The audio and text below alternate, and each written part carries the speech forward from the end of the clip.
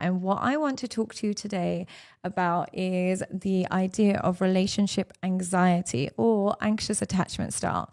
Now, you might find that every time you get into a relationship, you might be super, super confident when you're single. But the moment you get into a relationship, you become intensely insecure. You might find yourself constantly being jealous. You might be checking when your partner was last online, or checking who they're following on Instagram, or just checking where they are. You might find yourself constantly comparing yourself to their exes. You might find yourself, trying to predict where they're going to be, when they're going to call you next, so on and so forth. You might find yourself completely and utterly preoccupied with your partner, and you almost can't think outside of the realm of your relationship. The relationship now has a hold over you, where you're not even making plans with your friends. You're just trying to stay available in case this person calls you. You are, putting your life on hold just to revolve around your partner. And you kind of are just almost a bit obsessed with your partner. And this obsession, though it sounds like it's coming from a place of love, the moment you have a fight, you erupt and you become super, super negative, and you become super judgmental. You become really harsh with your partner as soon as you fight. And you don't understand where this is coming from. You seem to be fine a couple of weeks ago. You seem to be okay. But after a month, 2 months, you're now this person who's a bit of a wreck, and you can't stop thinking about your partner, and you can't stop watching them. And you're so hyper vigilant to any changes in their mood or behavior. Or if you're separated for a long period of time, you get like a lump in your throat. And even when you hear them say things like, oh, I'm just going to go on holiday in a couple of weeks, or I'm just going to go to a new workplace, instead of being excited for them and happy for them, you interpret it as, you're going to leave me, you're going to cheat on me, you're going to do something. And even if they just say, I'm going to go out with my friends, your brain will start to think, who's going to be there? What are they going to be talking to? Who's going to be? And you might start following that restaurant online and checking, the Instagram story of that restaurant. You just find yourself doing behaviors that you don't recognize in yourself. Now, if this is happening to you, then you have relationship anxiety, or what we know in psychology as the anxious attachment style. So what is this? Now, what an attachment style refers to is, this was first studied by psychologists, and what psychologists noticed is how parents respond to infants in their first few years of life, and how responsive they are to the child, and how attuned they are to their emotional needs, has a very predictable effect on their adult relationships. So if you have very loving, caring, considerate, kind parents, what will happen is, as a baby, you learn that whenever you're upset, somebody will come and soothe you. So you go into adult relationships with an element of trust. You assume if you're upset, somebody will save you. Somebody will be there for you. And you can trust people. They come, they help you, they look after you, they treat you well. So you go into adult relationships with a sense of security. You trust people easily, and you find partners that treat you well, because if someone doesn't treat you well, it feels so unfamiliar that you detach. So you tend to have quite healthy outcomes. Now, if you have an anxious attachment style, what that means is, when you're growing up, especially in the early years of infanthood, what would have happened is your parents were inconsistent. Either you had one loving parent and one distant parent, or what may have happened is you had a loving mother, but she'd be inconsistent. Very loving 1 minute and caring, but then the moment you do something she doesn't like, she would withdraw her love. She might give you the silent treatment, or she might punish you, or she might not. She might favor a sibling over you. Whatever it is, it led you to believe that at some point in time, whoever loves you is going to leave you. They're going to love you and leave you, love you and leave you. So what happens is, in adult relationships, outside of adult relationships, you tend to be quite put together and you're okay. But the moment you start falling in love, your brain starts to work out how and when this person is going to leave you. They're going to leave you at some stage.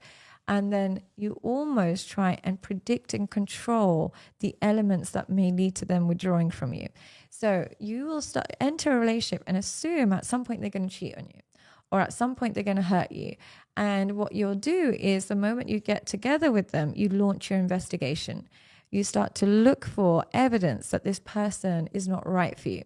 But in the process of looking for that evidence, you start to get preoccupied with them, and you form a bit of an obsession. So you're getting more attached So you're digging for gold, you're digging for that, that evidence that this person's wrong for you. But in that process of digging, you become so invested in that person that you're now super attached to this person. And only they can soothe you. So you might get really, really anxious, and you might be stressed, and you might be like thinking, when am I going to hear from them? And only when you get a text from them, only when you get a phone call from them, does your anxiety drop and you can finally breathe again. But when there's separation, the anxiety increases, only drops when you hear from them. So you live in this constant state of heightened anxiety with your partner, and you only feel calm when you're connected. You don't feel calm outside of that. And when you're not connected and there's been separation for however long, your brain will start to go to the worst case scenario. If, for example, you haven't heard from them all day, or if they've been busy or whatever it is, your brain won't simply assume that they're just busy. Your brain will start to think they're doing this, they're doing that, and then you start your investigation. You start looking for things, you start asking about them, you start checking when they're online. You can't stop. And this happens. And as a result, in your desperate attempt to kind of keep this person or control this person, you almost self-sabotage, because by the time you do hear from them, you've got all this built up anger and resentment and accusations. And this person is maybe just busy and just heard from you after a long day and might be looking forward to seeing you. But because you've got all this anger and resentment, they can't navigate you. They don't know where this is coming from. You almost punch them in the gut with all of these accusations, or all this anger, or all this resentment, and all this stress that they didn't know that they caused. So you end up always fighting. And in that process of trying to love them and trying to stay connected to them, you actually end up pushing them away. And this seems to be the common theme with anxious attachment styles. So if that sounds like you and sounds like your behavior, then chances are you have this anxiety, and chances are you're always going to find yourself in these eruptive relationships. Now, I'm going to give you a few tips on what you can do to resolve this anxiety that you have regarding relationships. The first one for anxious attachment style, the very first thing that you need to do is stop the protest behavior. Now, what protest behavior means is when you have relationship anxiety, you seem to feel very uncomfortable expressing your true needs and expressing what you want. So what you do is you play games where you try and do the exact opposite of what you truly want in order to get your needs met. And so what I mean by this is, what protest behavior basically means is, if I want to spend more time with my partner and I haven't seen them in a while, what I will do is post on Instagram that I'm really busy and I'm with my friends, so they think that I'm busy. You're doing the opposite of what you want. What you truly want is to spend time with them. But what you're going to do now is pretend that you're busy. So you're not going to get what you truly want.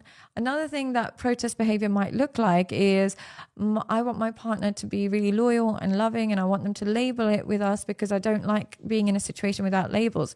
Instead of saying that, you might pretend you're going on dates with other guys.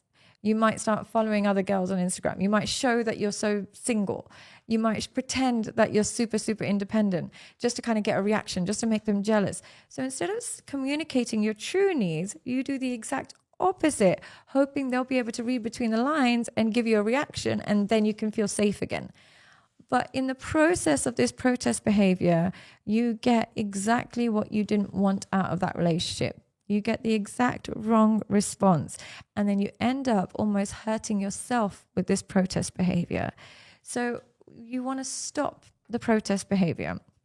Stop doing the opposite of what you truly want. Stop posting and pretending you're out when you're truly home, hoping that they come home on time. Stop pretending that you love being single and you love your independence when really you want a committed relationship. Stop pretending and replace this protest behavior with effective communication.